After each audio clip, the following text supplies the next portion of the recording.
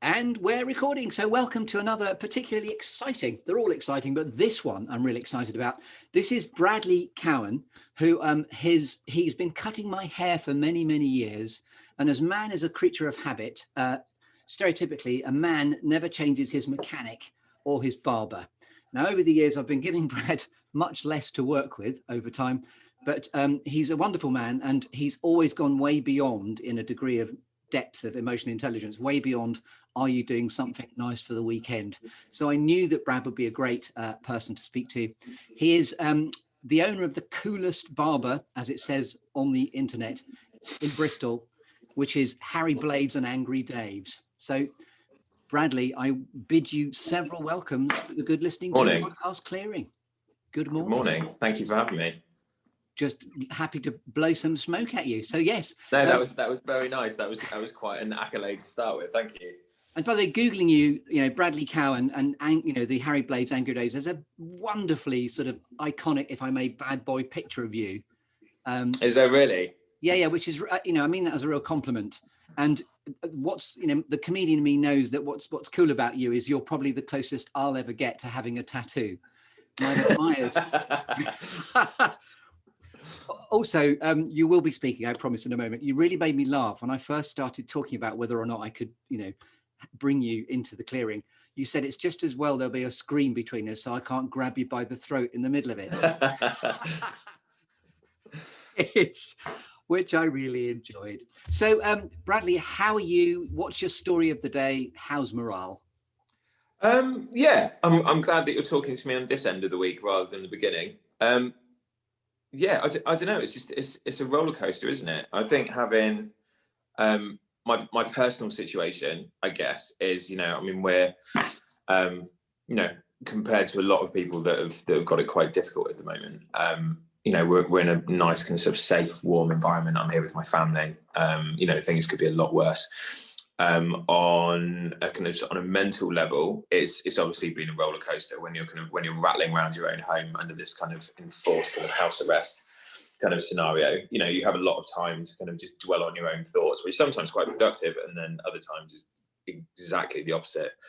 I think because of the line of work that I'm in, being in that situation where you're constantly being validated by your clients and the people that you work with, and the way that we work things in the shop, is very positive, and it's mutually encouraging for all of the staff. Like everybody, it's a very, very positive environment to work in.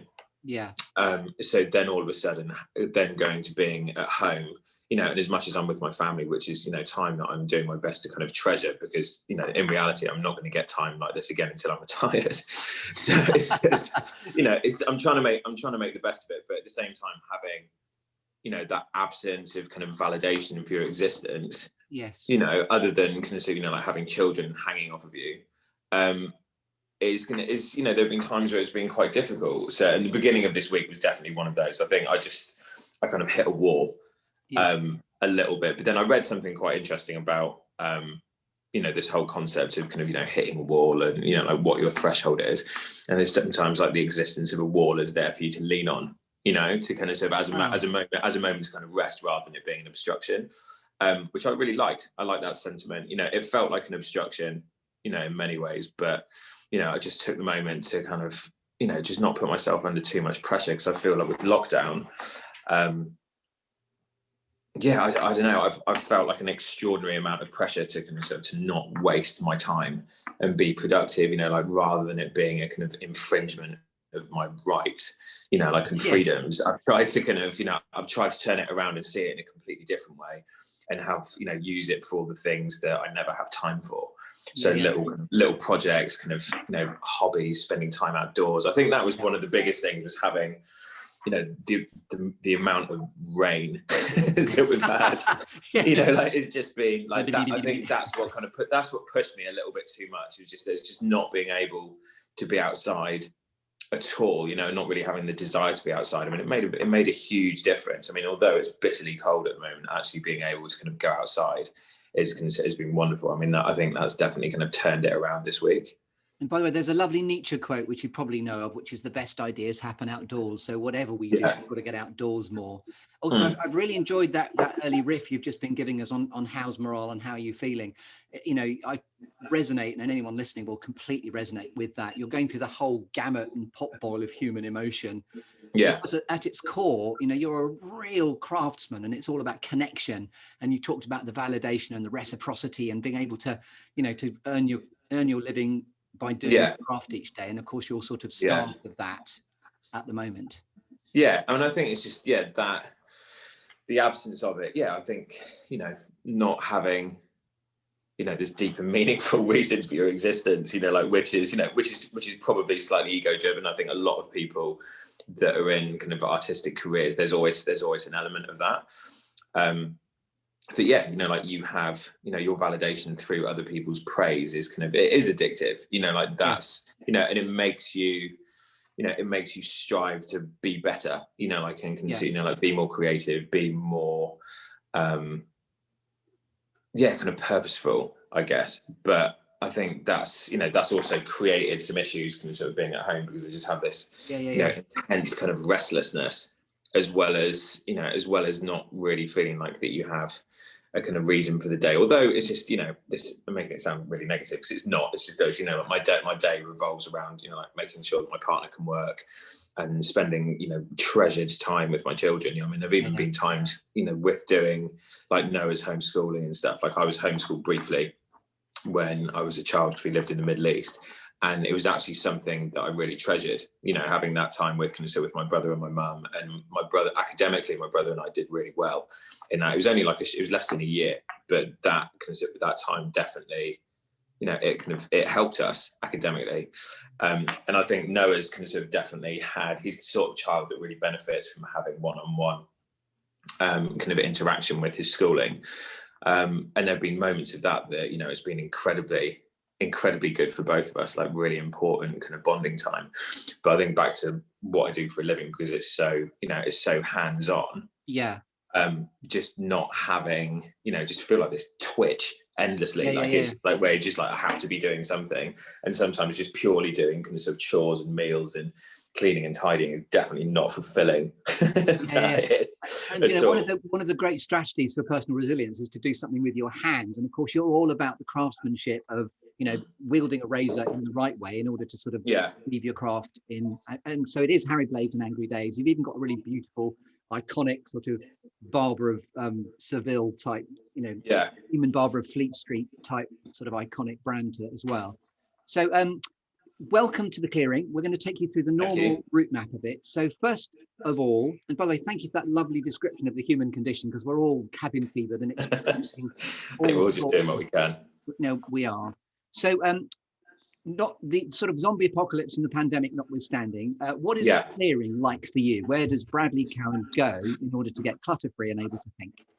I'm actually very fond of the room that I'm in. I was, when you originally spoke to me about this, I really like the idea of doing it in my garage, just because that's, you know, especially through the first lockdown, it was that was definitely my space where I was doing like little woodwork projects. And I think it's just, it was just nice to have that little cave to kind of disappear to. And a lot of the time, because there's so many dangerous implements and stuff in there, you know, it's somewhere that generally tends to be fairly child free, and my partner tends to leave me alone as well, which is the man cave for you. Which is ideal.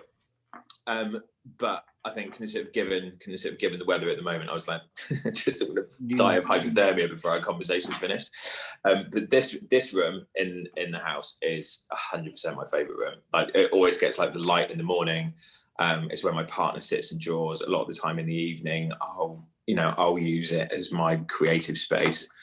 Whether I'm kind of drawing or, you know, just doing something kind of productive. It's obviously where we all eat together as well. So I mean, it's very, you know, I have a lot of love for this room. It's the first room that we finished when we moved into the house.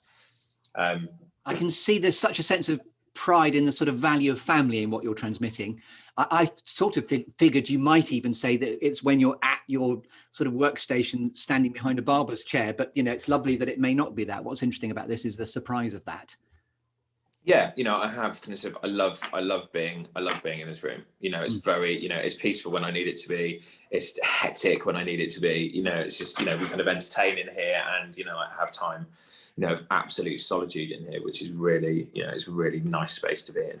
And I know in the time that we've known each other, that's quite a recent, prideful acquisition of yours, your house. You've only moved in there quite recently, haven't you? Yeah, it's about a year and a half ago. I think it was just, I think the house is, is this become this real kind of comfort as well. Just there's, before we moved here, so we moved out of Bristol city centre. We were living very central, and then to come out to the countryside where we live now, it was a bit of an endeavour, and it was quite, we were very nervous about doing that and being so far away from our friends, especially with most people in Bristol, they can be strange enough about crossing the river, like never mind actually leaving the city limits. So we thought we'd be quite estranged from, like our friends and, our support network there. But given, the fact that we've now had three lockdowns, in the pandemic, being here has been, it's been a real kind of lifesaver. I think had we remained where we were in the circumstances that we were in, like in the city, I think the whole kind of lockdown scenario would have panned out in a very, very different way. So yeah, having this kind of, even though we do feel quite isolated at times, that has its merits as well. And presumably the business is just on ice at the moment. You're just furloughed. You're just waiting. Yeah, it's just like a sort of fourth emergency service. I've given you less hair to work with over the years, but it's people really miss their barbers during this time, or their hairdressers, obviously. Yeah. I miss my clients equally. I mean, clients like yourself, over years, like, and I've been cutting your hair for over a decade. So it's just, you really miss that kind of community kind of spirit, and seeing the same faces, and clients do become friends over time. An incredible amount about me, and you've spoken at length about your family as well, which is lovely. So yeah, you do miss that interaction a little bit. And in terms of the reciprocity, what's really struck me over the years is your real passion and it's sort of craftsmanship. And I was reading a little bit about you where apparently, and you can put me right on this, but it all began when you first picked up a razor to give your granddad a classic fade side parting. Yeah, no, that's true. Like he was I guess the trajectory that everybody thought that I was on as a child, I was just a constant doodler when I was a child. Like I was always kind of doodling and always drawing. And the direction that I was kind of given, I guess, was to go towards art school and the academic side of kind of art and design. And when it came to it, I found the academic side of art very challenging. And I didn't enjoy it at all. It just took all of my joy out of it. So I then kind of dropped out of what was supposed to be my path, and was just entirely aimless and also kind of quite lost at that time. And then the idea of hair came along, and it was just it kind of broadsided everybody, including myself, a little bit. And then my grandfather, he was I think it was just initially he just wanted a free haircut.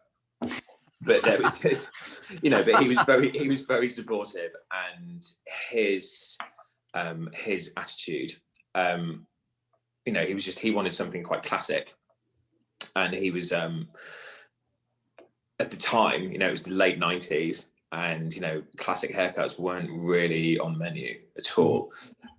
So as much as I was kind of quite hesitant. At the time, he was like, look, I'm your client, this is a brief, like I want you to do it. And it's the first time that I connected with my grandfather as an adult. I was a young adult, and he saw that, I had this like developing craft and skill, which was completely separate to anybody in the family. Like nobody did that. Like this was something that I was completely doing on my own.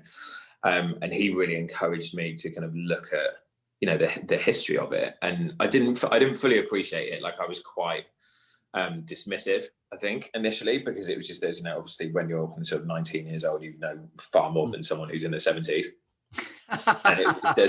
And but it wasn't until he passed away that the importance of that type of service became like such a focus for me, because it was it kept me close to him. you know, and it was just it then, you know, it was something that was my hobby. You know, classic hairdressing was how I was kind of paying the bills, which is a very, very different thing to traditional barbering. And then, you know, there was this whole kind of movement kind of like about a decade ago, where it, you know, it became this thing again. And it was, you know, without knowing, it was kind of, I was kind of prepared, and my hobby and my day job basically traded places. You know, and I still do a lot of women's hair. I really, really enjoy it. I wouldn't go as far as to say that it's now a hobby, because it's not.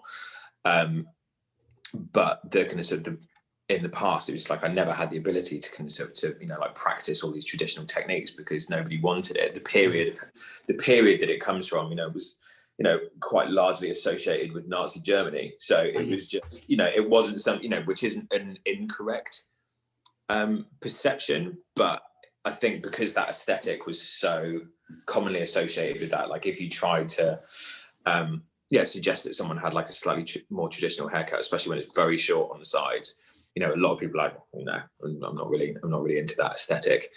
But as kind of taste change and people understood that it wasn't purely that demographic.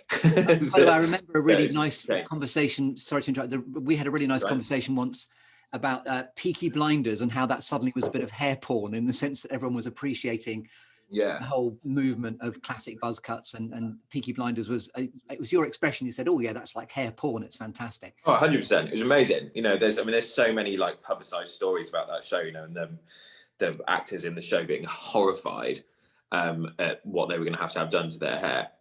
And the whole thing was was based on kind of sort of convicts that were sent to Australia, and the fact that kind of sort of style of haircut was just, you know, was all kind of done by hand. And for the most part, it was done for hygiene reasons. You know, they would keep a little bit on the top for kind of, you know, for manners sake, and then the sides were just taken off so they didn't have lice in the trenches or the back streets of Birmingham, whatever, you know. So it's just, yeah, that's stuff like that's super inspiring. And I think that everyone kind of, I'm not going to say everyone caught up, but the whole, like that whole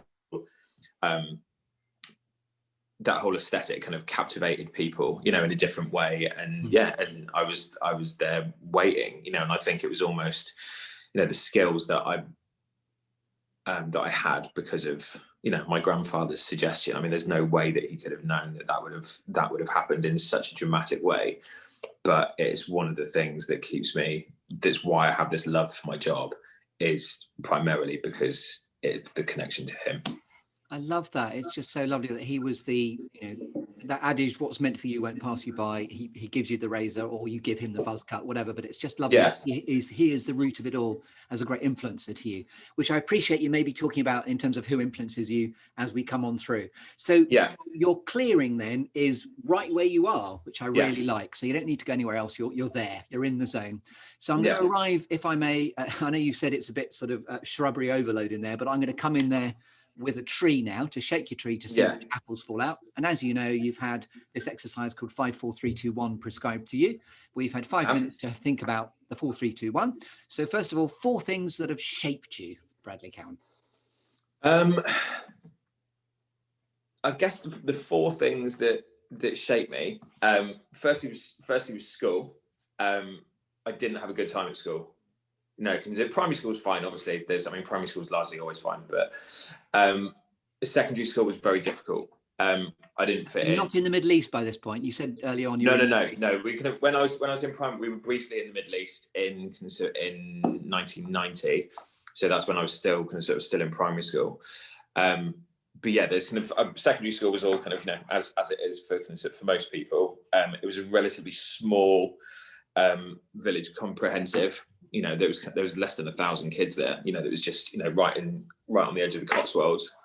And yeah, it just wasn't. I just never fitted in.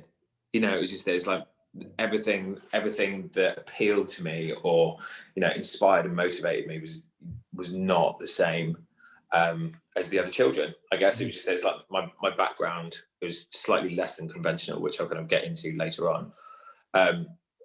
But yeah, it was just, they had a terrible problem with bullying in the first 2 years, like lots of physical and kind of mentally abusive kind of behavior from other people. And yeah, it was just, as bad as it was at the time, in a weird way, it was just, I'm also grateful for it, because it just, it made me very hesitant to kind of, be part of the crowd, because when the crowd was there, like that's when I was at my most vulnerable, like when you have teenagers, of that age, like their kind of sort of strength in numbers, also, like reduces the amount of individuality, and they all kind of, Yes. it's very much a kind of hive mind. And yeah, it made me very kind of sort of distrusting of that. So you felt like an outlier whilst at school. It made me, the bigger the crowd, the more vulnerable I felt. Mm-hmm. I guess it was just, there's like, I've always interacted with people kind of sort of quite well one-on-one, and I wasn't, a popular child by any means, but I was liked, so there was, I had lots of friends, but I had no kind of clique, like it was just there. So I think it was just, it's, seeing my children growing up now, and it's very, very difficult where, trying to keep that balance of being, like wanting my children to be liked and popular enough, but then never, there's definitely like a very common phenomenon of people that peak in secondary school.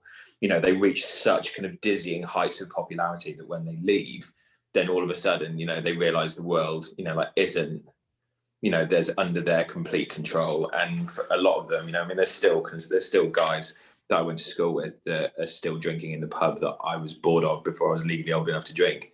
So it's just, I love that. It's just the notion of being dashed on the rock of disappointment when you get. Yeah, exactly. So I think having, as soon as, for some people, the end of secondary school, was their demise. For me, it was just, I felt like I'd been released. It was just, anything was possible, and it gave me the opportunity to kind of recreate myself in a way that, that I can sort of, that I found most agreeable. It was just like you weren't held by the restrictions of your peers in this kind of, kind of insular hive mind. It was just there's, I was like, right, what? It took me a while to kind of realize that was possible. But I think as soon as I did, then it just, I kind of flourished largely. And your path and journey coming full circle to now, in your journey to now, I know that there's a lovely paradox there, because on Instagram you have a real global presence, in that I know you've made friends in different countries through your craftsmanship of what you do for Harry Blades and Angry Dave. So it's lovely that it was like a springboard becoming global head of Elsewhere, when you leave school and stop the sort of wing clipping that gave you. Yeah, I think it was just that constant desire for more. Mm-hmm. It was just being, just realizing that there was so much more out there. And as soon as I realized, as soon as I started moving on that kind of path and realized that there was more to be had, then, it just made me want to explore more and just see what else there was. Lovely. So school is number one. What next? Number one. The second one is just, I think it's kind of loss, like your first experience of loss. There was, my gran passed away when I was 21, and my grandfather, who I kind of, spoke about already, just kind of sort of him shortly after, and that was a real kind of pivotal moment. I think it was just, it's very difficult to kind of sort of actually quantify like how it kind of sort of like it changed my behavior, but it hit me really hard. It knocked me on my ass for quite a long time. And then it was just kind of coming back from that. So 21 was a real coming of age then, because of loss, I'm hearing. Yeah, I think so. It was just, there are lots of things kind of sort of surrounding that time, that just kind of just made me face up to a lot of things about myself. I've really, in the final years, of my kind of sort of my grandparents' life, like I was so, while I was going through this process that I just described, where I was flourishing and exploring and all of those other things. I didn't have a lot of time for them. Mm-hmm. you know, and it was just, you know, I was always in contact with them, but, you know, not in the same way that I was as I was a child. And they were, you know, they were largely considered, you know, like very proud of that, but I ran out of time. Like it was just this, you know, like when, you know, all the things that, you know, that I think about now, and obviously having kind of sort of children for myself, you know, it taught me a lot about that, where, yeah, just this whole concept, you know, like you can't, you know, when you've had something in your life, you know, for, you know, the entirety of your life, like you start taking it for granted. And then all of a sudden, you know, it was that first realization being like, everything is not forever, you know, like it's considered like it is temporary. And, you know, sometimes when you lose things, you don't notice. And other times when you lose things, you know, like you never, you know, like you never, you know, there isn't a day that goes past where, you know, that loss doesn't kind of resonate with you on some level, some days more than others. But, it's very, yeah, that was a big lesson to learn, and it hit really hard when it did. Yes. And you know, the sort of classic song lyric of "you don't know what it's got till it's gone." Very poignant indeed.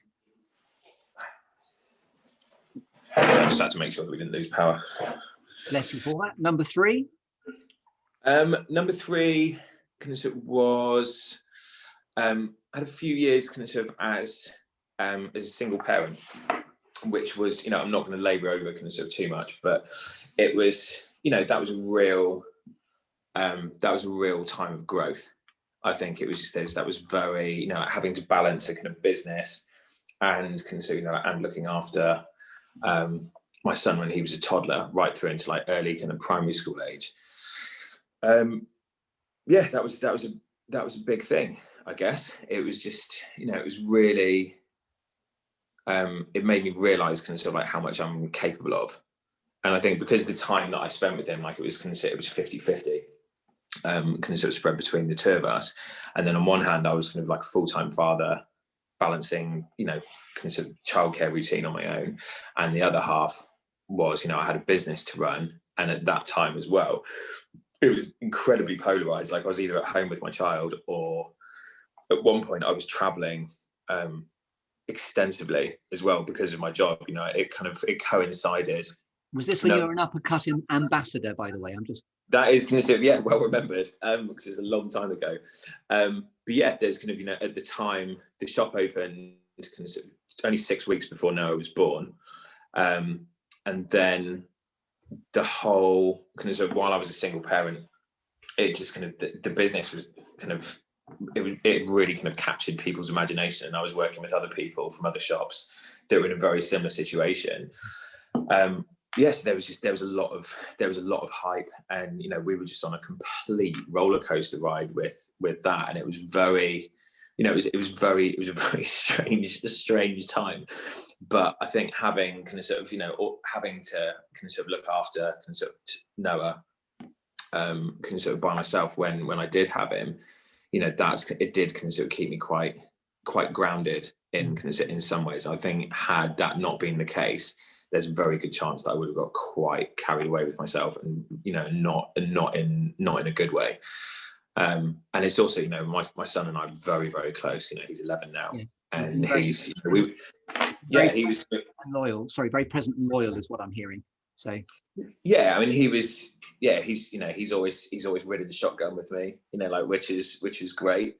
And it's, you know, it's just, it was very, you know, it was a time which obviously had its difficulties. By the way, I so love that expression. He's always ridden shotgun with me, which I relate to because I've described Stan as being my lockdown bestie. So yeah,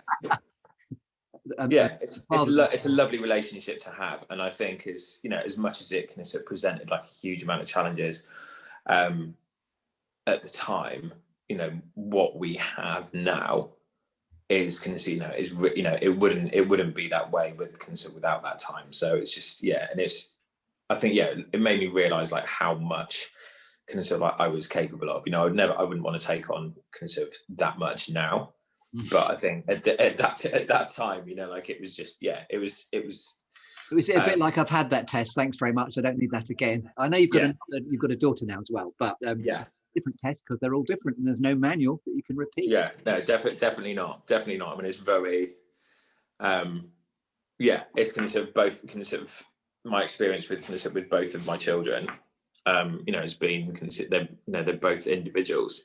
It's just they're both an absolute blessing, and just but I've learned some very big lessons that are completely different from both of the children. We're all individuals, we know that. yeah that's it. Wonderful. So last thing, that of the things that have shaped you, or the four things that have shaped you. This is probably one of the biggest, I think. There was a few years ago, we investigated something with my son that was it appeared to be slightly less than regular. What was going on with him? Like he's always danced to his own drum beat, and after it was like 4.5 years of investigating it, medically, he was diagnosed with autism, or ASD, I should say. And he's very, I guess, he's what would be described as quite high functioning. So his his autism at first glance is very subtle, very, very subtle. So it's just, it's not something that, some children, with with their autism, present in very extreme ways, because it's, it all stems from their their ability to to process, or not being able to process sensory information.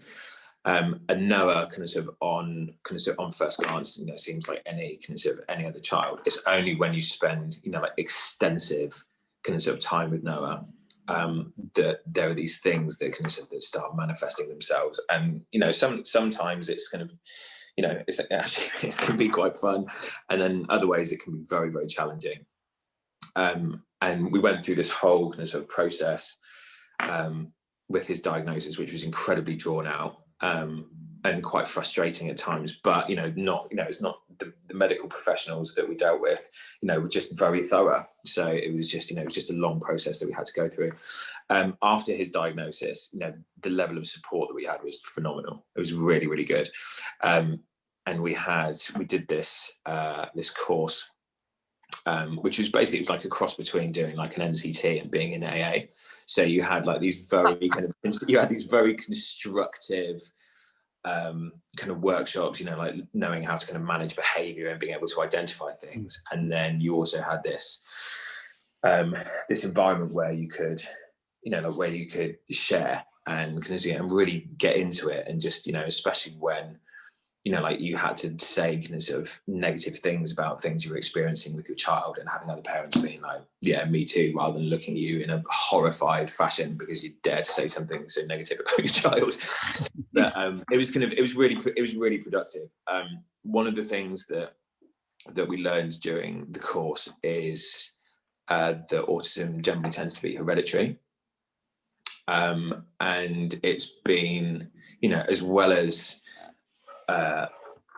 all the things that we've dealt with with Noah, which has been amazing.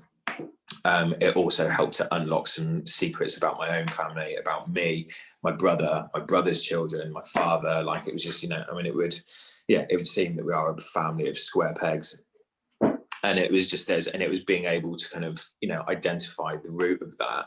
And because of Noah, my brother's eldest son, he's also been diagnosed with autism. My brother and I, now knowing what we know, have been able to identify certain traits in ourselves, and ways that I guess that I process information, sensory information, like an oversensitivity to it. In some cases, that complete ignorance on the other side, as being things that relationships that I found. I've had lots of dysfunctional relationships over my 40 years of life, and being able to identify why that happened, and being able to address the negative parts of your character, or not even, there's some things are negative, and then there's other things which can be perceived as being negative, or like when you're behaving in an ignorant way, or you don't appear to be listening, or you're distracted, or you're obsessing over certain things, or things like that. It's being able to identify it in myself, and understanding the causality and how you react to that, through the stuff that I was learning about my son, you know, on one side I was kind of taking all these notes, you know, like things that we could work with him, and putting coping strategies in to kind of to make things kind of more fluid at home. But at the same time, I was kind of drawing a straight line to how that was manifesting in me as an adult. And that's dealing with with that. Like, I haven't had a kind of like a formal diagnosis at all. So it's something that I would like to do in the future. Just because I feel like if that is the case, which I believe it is, it will enable me to kind of to help others rather than it just seeming like my opinion. And by the way, this is one of the many reasons I was really intrigued to talk to you, because I've been aware that you've been on a really profound path and course of a path of self-awareness, and self-awareness is the holy grail. And what I'm finding is really interesting, that you've used the conduit of your very profound experience with your son, but to arrive at a point of greater self-awareness too. So it's a profound thing, actually. I think it's really, I think a lot of the time when people talk about self-awareness is basically it can be an excuse for them to kind of, just fanfare their achievements, and the things that are good about them, like, I'm self-aware, so I know that I'm good at this and this and this. I think for my personal development, the most amazing periods of growth have always been born out of the most difficult times. Yes, out of adversity. No, it was just and also kind of identifying those those negative traits. And everybody's aware of their bad traits, but being able to identify the root of them, and then like some will always be there. Others are correctable, to a certain extent, if you understand where where they stem from, and having being able to communicate with other people as to why you find certain things difficult. There are traits that I have, that relate directly to symptoms that would be identified with with ASD. And now that I have a higher awareness of those, then I can communicate with people, as to why they may think that I'm behaving like an arsehole, or it's just things like that, or things that if they can't understand why I spend too much time obsessing over kind of one thing which they don't think is important and I think is everything. So it's all of those little things. I think just being able to identify and communicate those issues, it doesn't necessarily stop the behavior, but it can help people understand why you behave in a certain way, and especially for people that are close to you, giving you that space that you need just to be able to do that, rather than trying to correct it in you, or get angry with you for certain things. Just understanding that is an inherent part of you, and they do kind of need to leave you to get on with it. I also really love how you've interpreted the 4 things that shaped you. It doesn't mean I've learned now and I'm locked off and that's me. Then you're still evolving and still learning, and you're learning. Yeah, definitely. It's a journey. And I think as soon as you have like a shift of circumstance, then you have to kind of start again. Like there's going from whether you have like business troubles or health issues, or being put under house arrest by the government, like it's just like there's just this constant like there's been like, okay, well now like you've figured that out a little bit, like now you're in, now we're going to shift you into a different lane, and you're going to have to like relearn that all again, and see how all those different things that make you just kind of then applies in a completely different situation. Lovely. So beautifully interpreted. And now we're still in the clearing with the tree, as we continue. 3 things that inspire you. I think I've talked a lot about my family, so there's my family is definitely one. I think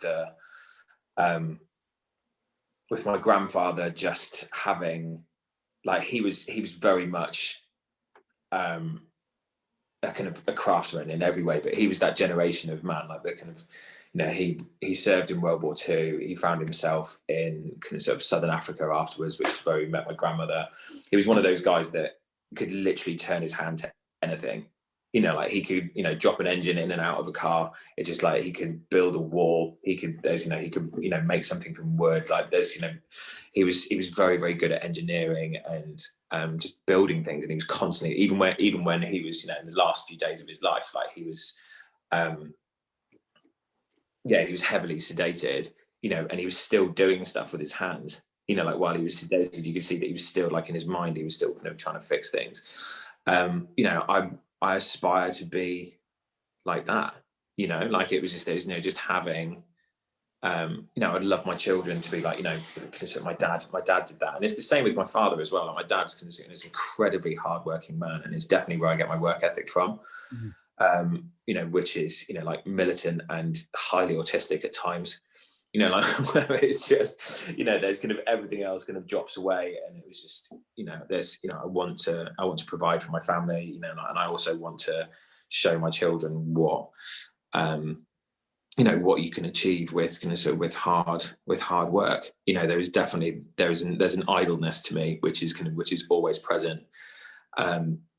But I think having learned those lessons kind of sort of growing up, you know, like about what idleness achieves, you know, you just end up causing far more problems kind of sort of through idleness. And then actually, you know, like what you are capable of when you put your mind to something, when you have focus and when you have something that gives you direction, you know, it's very, you know, it's like a drug, you know, like it was just, there's when you start achieving things and you're like, oh my God, you know, and you realize like how much you're capable of, like that's an incredible feeling. And I think as far as my children are concerned, you know, I have no specific aspirations for them whatsoever, other than them to, you know, find something in their lives that, you know, that I love as much as the things that I love, you know, and to kind of sort of to give them that kind of focus. There's a passion connection, the lovely through line, a passion into your work, to those around you. Very lovely. Yeah, I mean, it could be anything, you know, like kind of sort of, you know, like biochemistry, baking, you know, kind of sort of, you know, some kind of design, like there's, you know, whatever it is, you know, just to have that thing that when you wake up in the morning and you've done what you usually do in the morning, just being like, right, this is kind of sort of, this is my thing, and that's kind of sort of what you set your mind to. You know, if both of my children, you know, if I see them having, you know, that kind of focus and that love for something, you know, I think everything else with them will ultimately be fine. If you have that one thing which is kind of your due north. I mean, there's been so many things kind of sort of during the course of my life that's been chaos. But having that kind of having my work as kind of sort of as my kind of due north, like that's actually kept me from kind of faltering too hard. I love that. Keep your compass pointing true north, through navigating through what's called life is a wicked mess. You know. Yeah, isn't it just? Compass pointing true. Find you. So yeah, that was kind of family and my kids, and I guess kind of the legacy from my grandfather and both my grandparents. Actually, it's not just, you know, restricted to the male role models, like my mum and my gran for sure. I think I've kind of sort of stumbled into the other kind of a second point on inspiration, which was my work also. You know, and then that extends to, you know, what kind of sort of my business partner Dave and I have built kind of sort of like over the last 11 years. You know, it's seeing, you know, I'm very much in a kind of comfortable place with my work now, where I know what I enjoy doing. You know, and it's just honing, like I'm at that point in my career now where I'm kind of honing my craft in the, you know, in the area that I enjoy being. But having kind of younger members of staff, and just growing the business and seeing, you know, them, because, you know, like them kind of flourishing and kind of growing, like, is incredibly inspiring. And it was just, there's, you know, I've learned there are members of the team, some who are still with us, and then others who've kind of moved on to kind of other projects, you know, where I think as a business owner, you feel this pressure a little bit like a father to kind of sort of to be kind of all knowing, you know, and just being, you know, like your word kind of sort of being final. And I think over the last kind of sort of 4 or 5 years, I've definitely, you know, I've learned more from the younger members of the team, and actually kind of sort of just learning how to listen, which has not been an easy process. You know, I'm not the world's best listener at all, but I think, you know, me kind of sort of hitting these kind of crisis points with individuals and learning to listen and, you know, and actually realize, you know, the validity of the points that they're making, like, rather than, you know, you seeing it as hostility or kind of opposition to the way that you think, is actually coming to terms with the fact that you're probably actually just not right.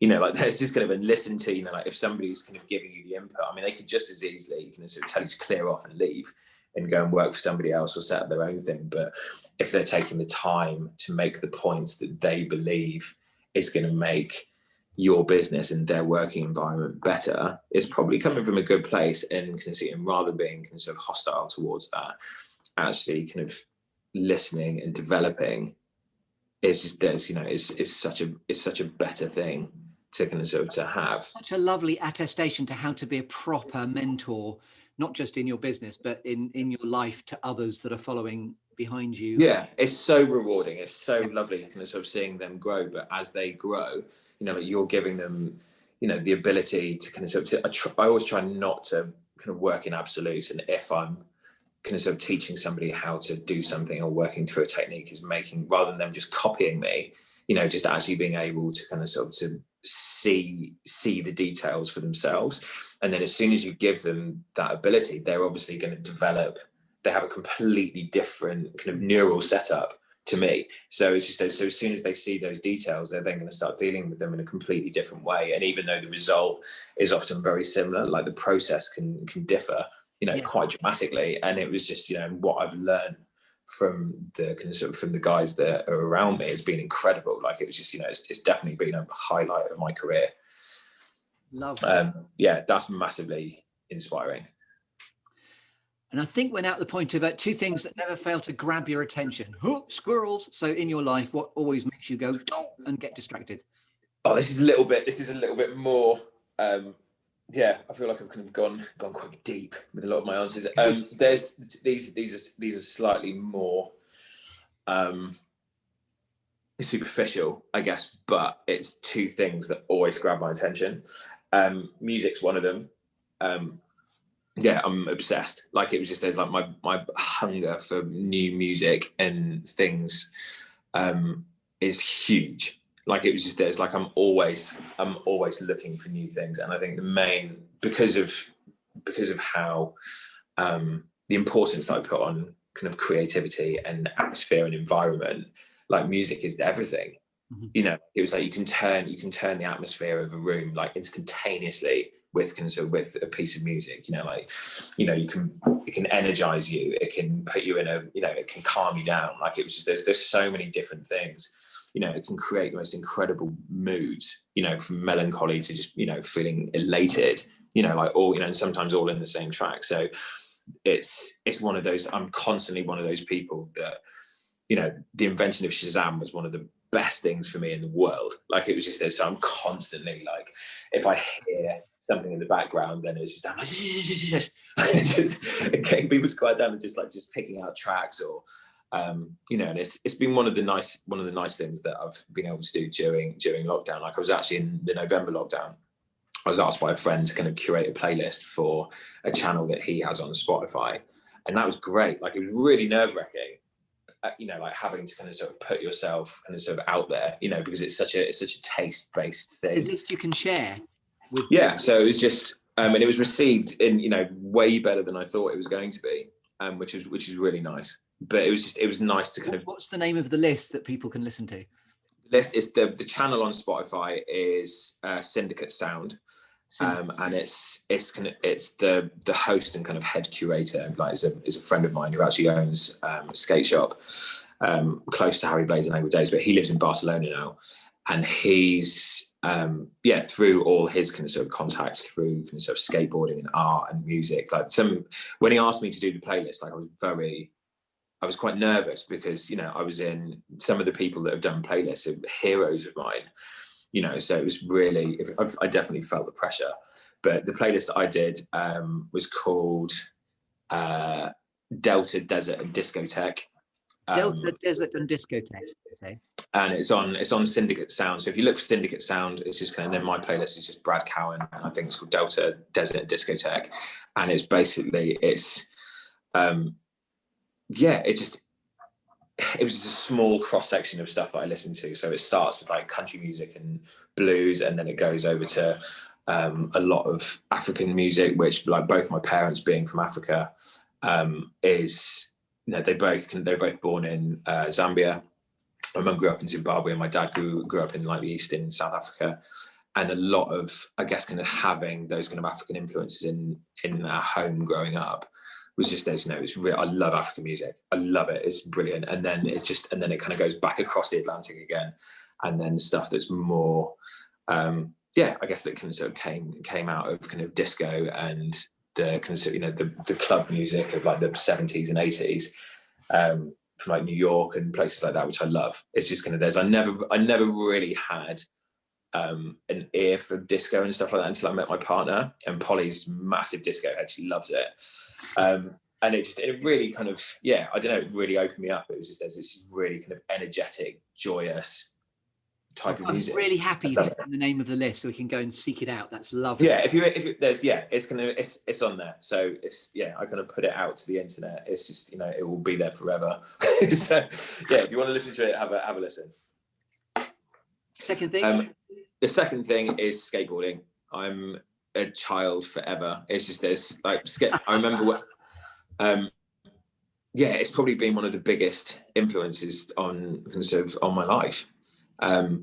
It's always there. It's always there. Like, it was just, you know, everything from, you know, my taste in art, my kind of formative years when I was listening to music. Like, there's, you know, at secondary school, you know, being, you know, I was one of like 4 skateboarders in a school full of, you know, footballers.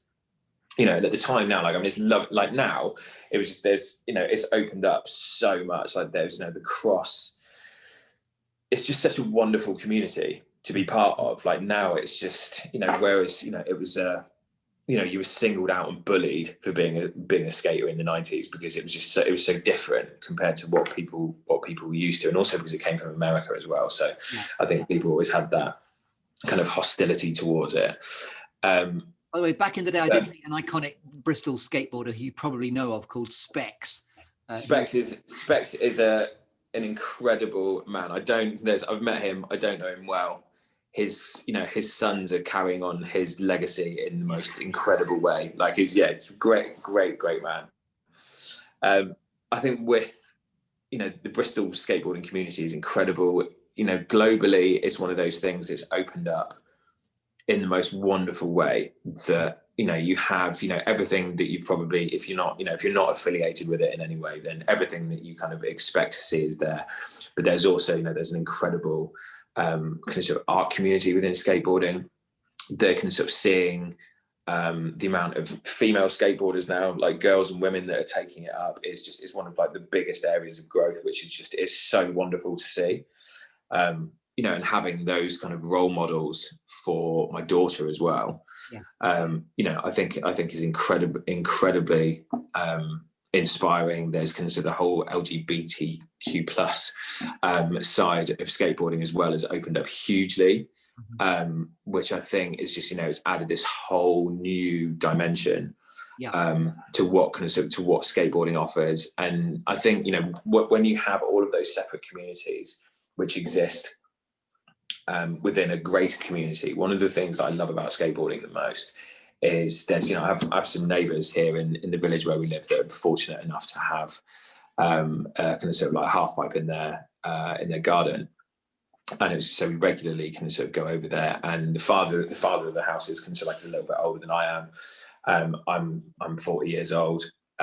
His kids are like primary school and secondary school age.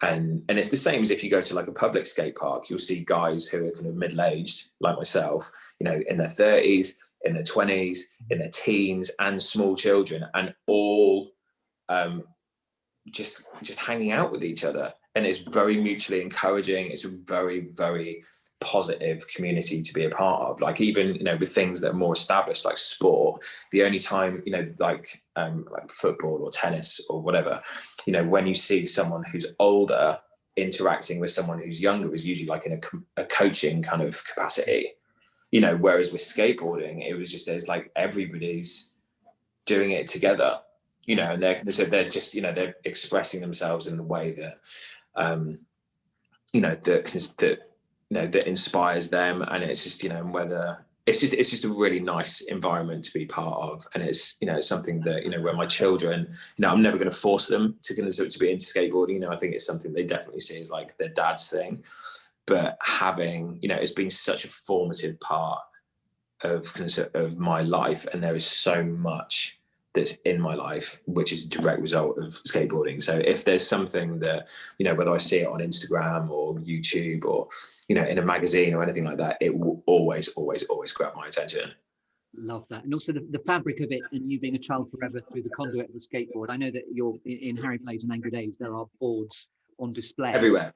My house is worse, and the garage is even worse than that. Like, it's just my partner. Yeah, she's under siege from skateboards.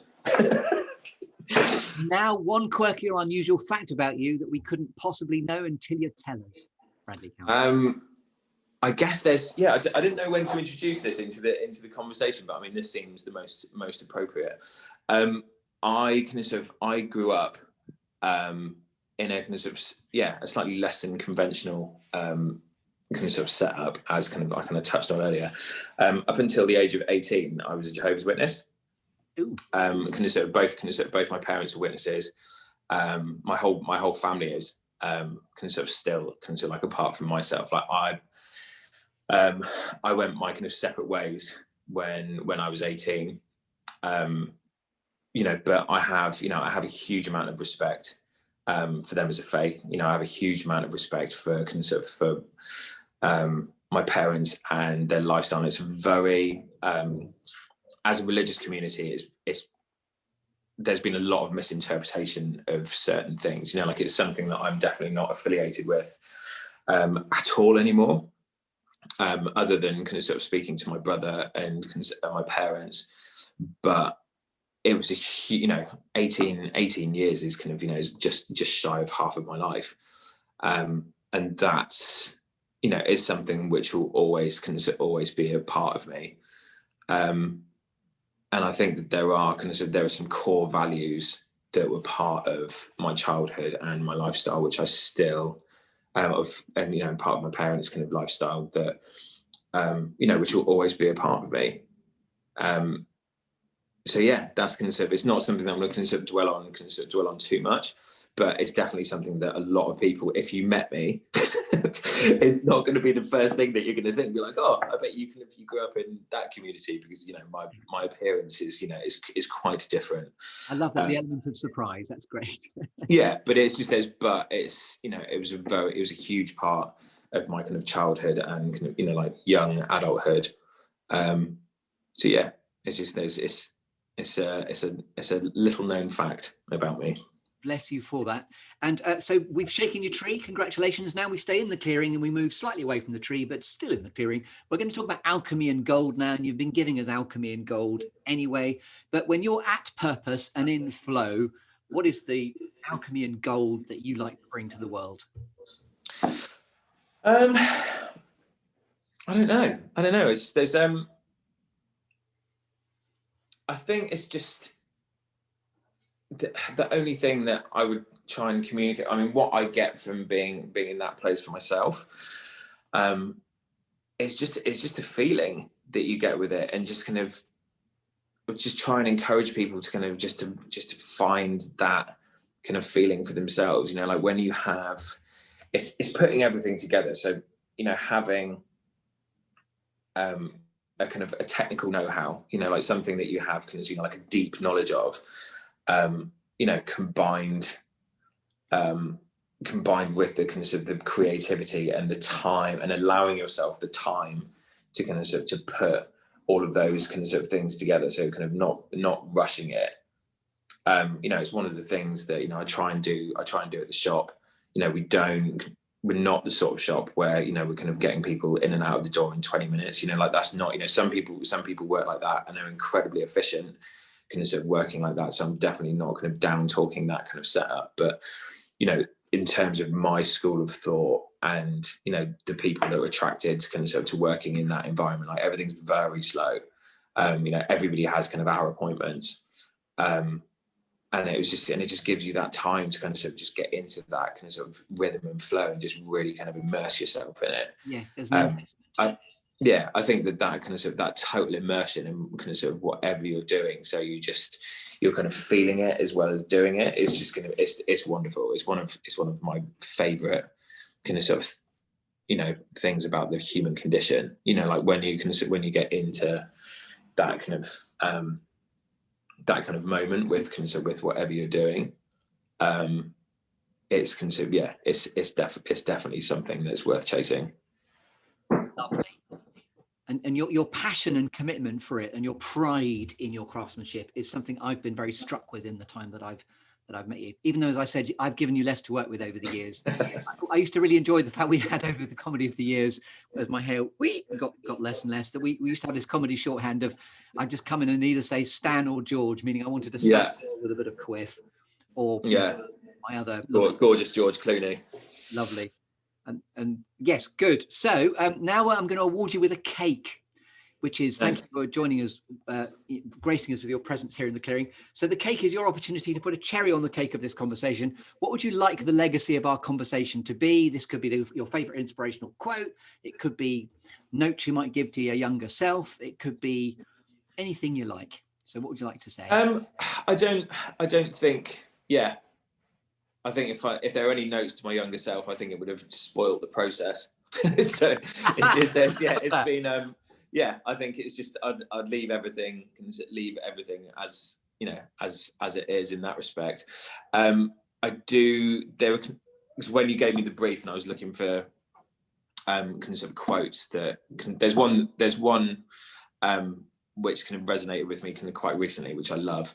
But the first one is when I was in my early 20s, and it kind of relates to the time that, time is a big thing. So it's just, like having, the stuff that I experienced with, the loss of my grandparents, and, being made aware of time, like in the fact that, it's not infinite, like you have limited amounts of time with certain things and certain people.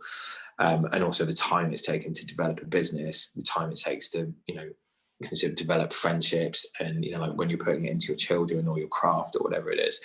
I remember going to this when I was working in London. I went to, it was an event that was hosted by Tony and Guy. And it was like the first day was like a big hair show and a party. And then the second day was, we stayed in a hotel in West London, and then the second day was basically like kind of business seminars, and then which was followed by motivational speakers. And when you're on the arse end of like a brutal hangover, it was just, when you see like motivational speakers, I was just like, today's just not my day. But we ended up there was a talk was given by a lady called Sahar Hashemi, who she was one of one of two people that set up Coffee Republic, which I think was like back in like late 80s or early 90s. And it was really, I can't remember how many millions they sold it for when they actually sold the company. But I mean, she did very, very well for herself. And they were hailed as this kind of overnight success. It was right at the beginning of it. When we started getting things like, I guess like Starbucks and stuff like that came over here. They were the British kind of version of Starbucks. And at the beginning, they were very kind of pioneering in that kind of high street coffee experience. Rather than people having, especially in London, like rather than people having like bacon sandwiches and a cup of tea in a styrofoam cup, all of a sudden they were peddling poppy seed muffins and lattes. And it was just, they were heralded as this kind of overnight success. They did very well and they sold the company for a lot of money. But what she said as part of her kind of motivational talk was, even though they'd been heralded as such, that overnight success took 15 years, and it was just theirs. And it really kind of, as a very kind of impetuous young man, I wanted everything, like I wanted to be, I wanted my stuff to be in magazines. I wanted it, and this is all kind of pre-internet. So, I wanted my stuff to be kind of in editorials. I was so desperate and so hungry for that kind of validation. And then when she was like, look, everybody saw, her business as the results of things that happened over the space of 18 months, whereas it had taken 15 years to get to that kind of 18-month period, which was, their moment in the sun. Yeah. And I think that really, really resonated with me. And, it made me consider to try and approach things in a different way and realize, that it's all part of a process. Like I've been cutting hair for 21 years now. And, I've had my own business for 11. I guess I'm still kind of always kind of waiting for that moment. But I think the sentiment behind it is incredible. You know, I think, and it's just very, you know, when I've spoken to kind of younger members of staff, I'm like, look, that is what you're looking at in a realistic time frame as kind of as an endeavor. You know, there's, you know, it takes 15 years to be an overnight success, you know, and I love that, and it's kind of, you know, it's resonated with me for most of my adult life. Yeah, it's beautiful. It takes stealth, patience, and hard work. Absolutely. Yeah, and I think that there was another, very relatable to anyone in the creative realm, actually. yeah, absolutely. So I was having to get this up on my notes. There was there was one other as well, which was fairly recent, which I think was just, you know, in tune with kind of with lockdown. One of the things that I've watched a lot. I'm a massive Anthony Bourdain fan. You know, I think he was an incredible man. It's just like, I don't know if you've watched any of his TV shows, but I completely, you know, I find a real affinity with kind of his sentiment about things. You know, it's entirely celebratory and also quite cynical at the same time. I think it's just, you know, I think it's certain. And what's the program called that you're watching? It's on Netflix. It's called Parts Unknown, which is the series that he did before he passed away a couple of years ago. You know, and there was some really, you know, the things that he got to experience. You know, it was incredible. Like, he was an incredibly well-traveled man, like everywhere from like Patagonia to the Congo, and, you know, like, you know, he knew the back streets of New York. Like, it was just, you know, he was a very, very worldly man, you know, and had lots of, you know, experiences which he talked about kind of sort of quite openly. And the thing, there was a quote which I actually kind of wrote it down. Where he was talking about, you know, like experiencing kind of intimate moments with people, which obviously, you know, in respect of kind of traveling, you know, but I think it's, you know, it applies in so many different ways. And he was saying, you know, like, if people offer that moment to kind of sort of spend with you, especially when you're traveling, or, you know, in his case, because the backbone of his show was food, you know, like, and there's, you know, traveling all over the world and kind of trying all of these things. He says that if you say kind of sort of, no, it's okay, I'll pass, then you've blown that moment. It's done. He says they're not telling you the interesting thing that they might have said afterwards. You know, like, everything becomes very closed off because you're rejecting everything that they love by kind of rejecting that kind of sort of moment to share with them. But if you accept it and you have that willingness and you say that, I'll have that, I'm interested. Wow, where did you get that? Then people will tell you.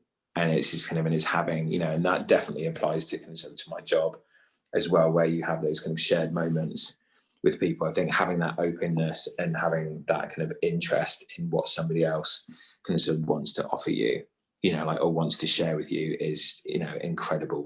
Being closed off and just thinking that, you know, that's just you and that's the way that you are, and not being open to that is kind of, you know, creates a very different world, and not one that is a good thing, I think. And I love the fact that resonates with your own heart song, I suppose, about remember to be a good listener. Yeah. Staff, and that quote is all about be present and listen and learn what people are telling us. Love that. Beautiful. So thank you very much indeed for joining me on the Good Listening To podcast, the lovely Brad Cowan. One other thing, I was quite surprised, and you don't have to talk about this, that you didn't talk about your love and passion for tattoos, because you have a great palette of them yourself, and maybe you don't want to talk about that. I don't know. I mean, it's one of those things that I always try and kind of steer away from it because it's such an obvious thing to talk about. There's a great deal. There's a lot of people out there that, you know, I believe, you know, will get tattoos as a kind of, you know, as a method of, you know, starting conversations.